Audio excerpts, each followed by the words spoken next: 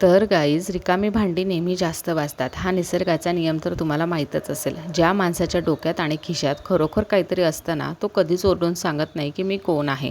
तो खरा राजा असतो. त्याला स्वतःच्या डोक्यावर मुकुट आहे हे सांगण्याची गरज कधीच पडत नाही. तो त्याच्या कामाने दिसतो. त्यामुळे अशा व्यक्ती जर तुमच्या आयुष्यात असतील तर त्यांच्यावर रागवू नका. त्यांच्याकडे बघून फक्त मनातून हसा आणि म्हणा, वा रे पठ्ठ्या, देव तुला दीर्घ आयुष्य देव, कारण तुझ्यासारख्या नमुन्यांमुळेच तर आमचं मनोरंजन होतं आहे. असं आजचं रुटीन तुमच्यासोबत शेअर करते. आज जेवणामध्ये मस्त आंब्याचा रस, चपाती, बटाट्याची भाजी बनवायची होती. आंबे तर तसे आता भेटत नाही आहे, सीझन संपलं आहे आंब्यांचं, पण कुठंतरी दिसले की घेऊन यायचे, कारण पुन्हा वर्षभर आंबे खायला काही मिळायचे नाही. सकाळचा थोडासा राईस होता, त्यापासून फ्राईड राईस बनवून घेतला आणि तो पण आम्ही फस्त केला.